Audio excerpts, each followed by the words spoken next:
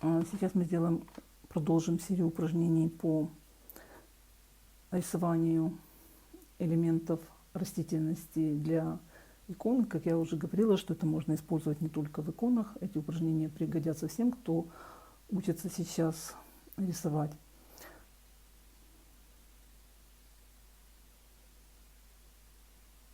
Я не стала делать сейчас видео какими-то очень длинными, чтобы вам было проще заниматься, потому что информация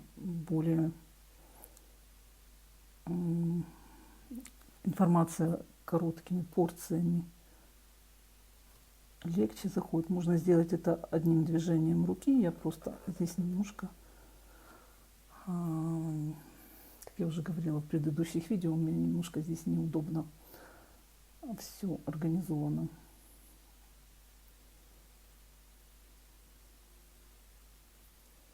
Вот я сначала делаю такие, рисую стволы деревьев. Пока у меня будут они просыхать одни, то я буду работать над растительностью. Я сразу делаю несколько.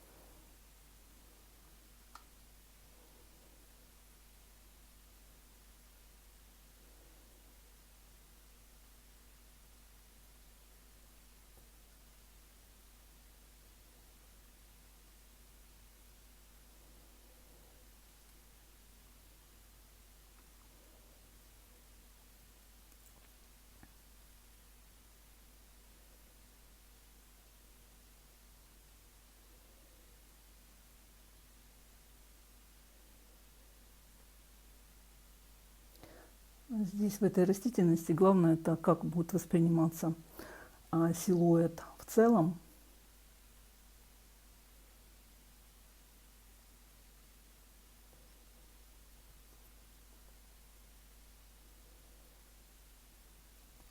И поскольку это просто у нас упражнение, я не вдаюсь в нюансы, а если это будет на иконе, то здесь можно сделать еще высветление или, например, все у нас залито одним тоном, и мы делаем ассист, то есть такие линейные графические элементы по стволу дерева, по листьям.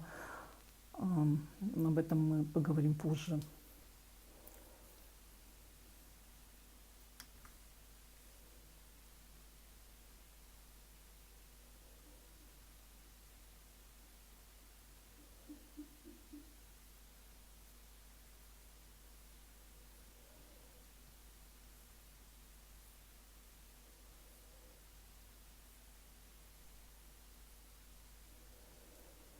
Вот такое еще мы сделали упражнение.